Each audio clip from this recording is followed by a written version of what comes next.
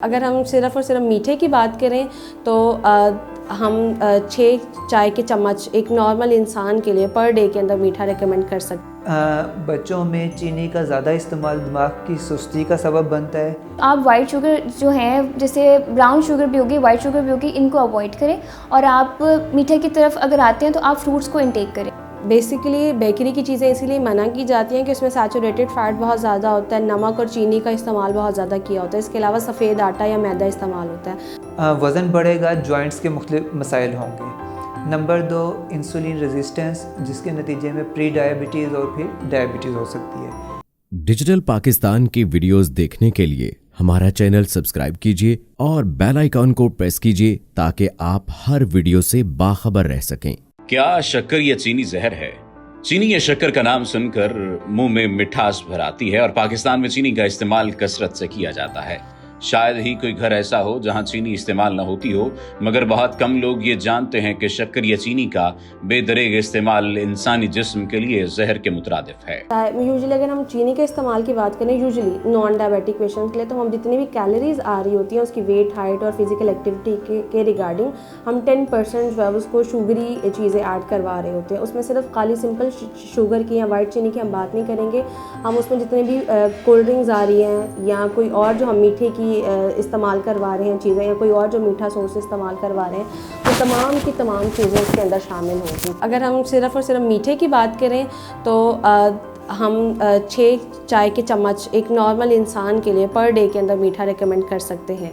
अब उसके अंदर आपके पास जितनी भी आप वाइट शुगर इस्तेमाल कर रहे हैं, आप फ्रूट शुगर ले रहे हैं, आप प्लेन फ्लावर या सफ़ेद आटा या नान वो इस्तेमाल कर रहे हैं, वो तमाम की तमाम चीज़ें इसके अंदर शामिल होंगी।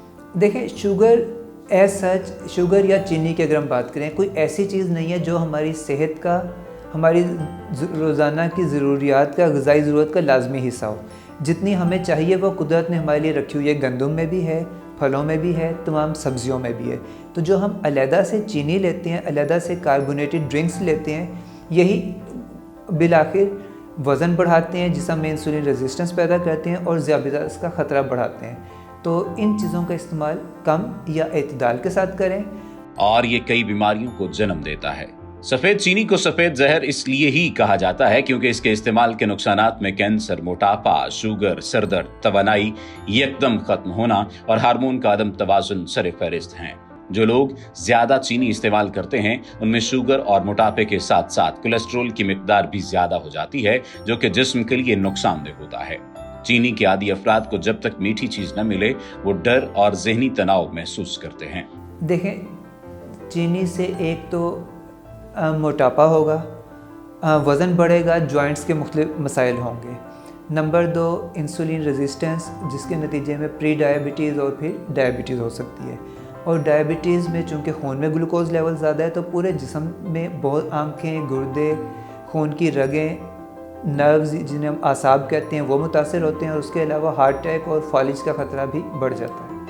बेसिकली बेकरी की चीज़ें इसीलिए मना की जाती हैं कि उसमें सैचुरेटेड फ़ैट बहुत ज़्यादा होता है, नमक और चीनी का इस्तेमाल बहुत ज़्यादा किया होता है। इसके अलावा सफ़ेद आटा या मैदा इस्तेमाल होता है। अगर घर के खाने में भी अगर हम यही चीज़ों का इस्तेमाल ज़्यादा रखेंगे तो वो भी आपके जिस्म को उसी तरह नुकसान पहुँचाएगा जिस तरह बेकरी की चीज़ें पहुँचा रही हैं।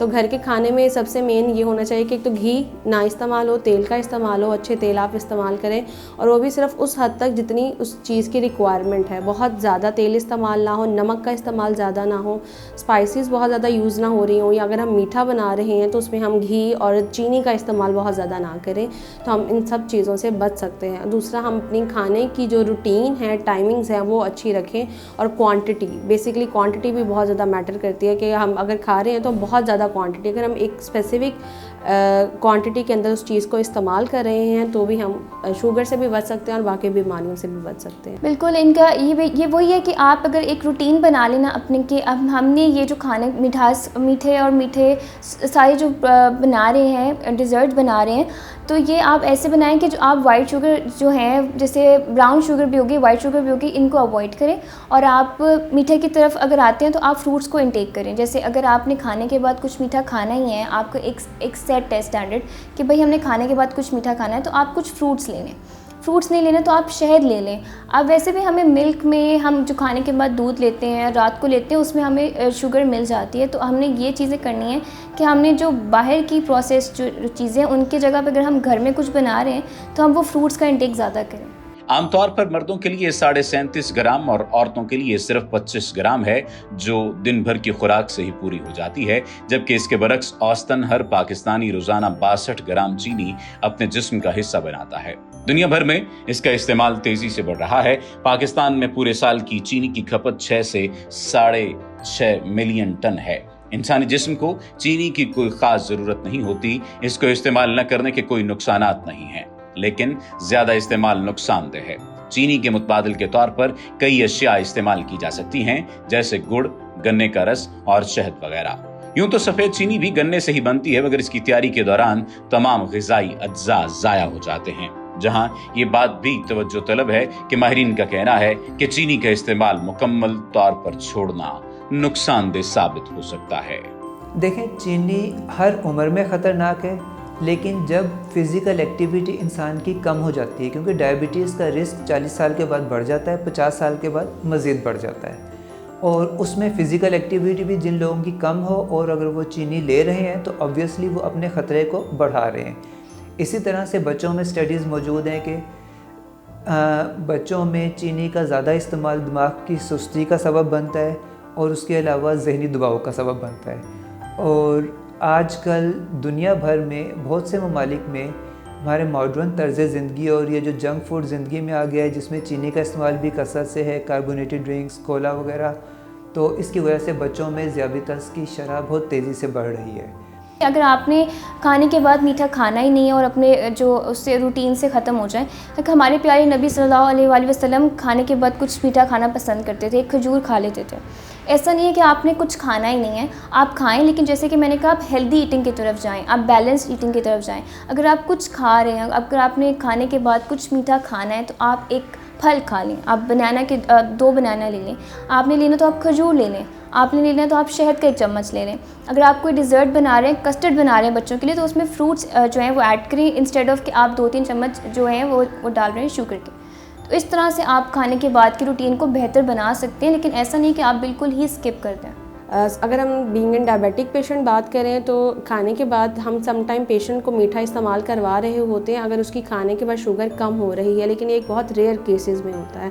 अगर हम यूजुअली वैसे बात करें कि हमारे, क्योंकि ये एज एन रिवाज भी यूज़ हो रहा है कि खाने के बाद मीठा इस्तेमाल करना, और ये बहुत ख़तरनाक होता है। वो इस तरह कि एक तो हमारे खाने की जो प्लेट है वो ही कार्बोहाइड्रेट से प्रॉपर भरी होती है। अगर हम चावल खा रहे हैं, रोटी खा रहे हैं, तो यूजुअली पोर्शन साइज़ उसका ज़्यादा होता है। सब्जियां ले रहे हैं, उसमें भी कुछ अमाउंट में कार्बोहाइड्रेट मौजूद होते हैं। अगर साथ हम कोल्ड ड्रिंक इस्तेमाल कर रहे हैं तो वो भी कार्बोहाइड्रेट कंटेन करेगी। अगर दही या दूध का इस्तेमाल है तो उसमें भी कार्बोहाइड्रेट है।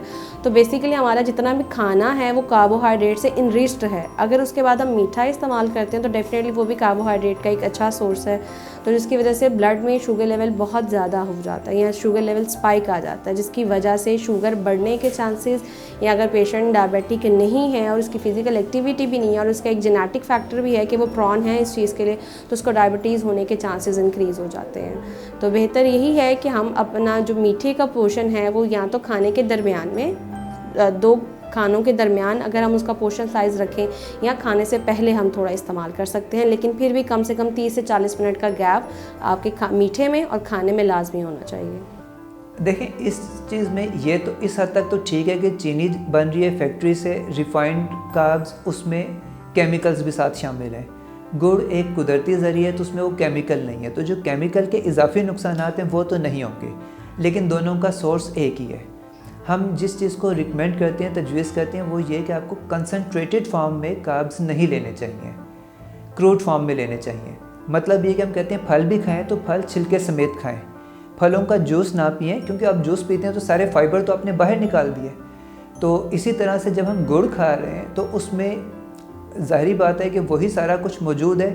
चीनी जितना ख़तरनाक नहीं है, लेकिन शुगर का ख़तरा गुड़ से भी बढ़ता है, तो अगर लिया जाए एतदाल के साथ कम मिकदार में। और ख़ाली अगर हम पाकिस्तान की बात करें तो पाकिस्तान में इस वक्त ज़ियाबतीस की शरह है 26%। 26 का मतलब है हर 4 में से 1 बंदे को डायबिटीज़ है। इससे आप अंदाज़ा कर लें कि हमारे हेल्थ बजट का कितना बड़ा हिस्सा इसके ऊपर खर्च हो रहा है। और एक और चीज़, कुछ अर्सा पहले तक 2-3 साल पहले तक पाकिस्तान ज़ियाबितस में दुनिया भर में चौथे नंबर पे था, लेकिन अब इस साल से पाकिस्तान ज़ियाबितस में तीसरे नंबर पे आ चुका है। वैसे नंबर में आगे जाना अच्छी बात है, लेकिन डायबिटीज़ में जाना हरगिज़ अच्छी बात नहीं है, तो इस पर हमें सोचना चाहिए। शुगर पेशेंट्स के लिए मैं ये एडवाइस करूँगी कि शुगर पेशेंट्स जो हैं वो आम, केला, चीकू, इन सब चीज़ों से अवॉइड करें। वो सफ़ेद आटे से अवॉइड करें, वो ब्राउन चक्की का आटा लें।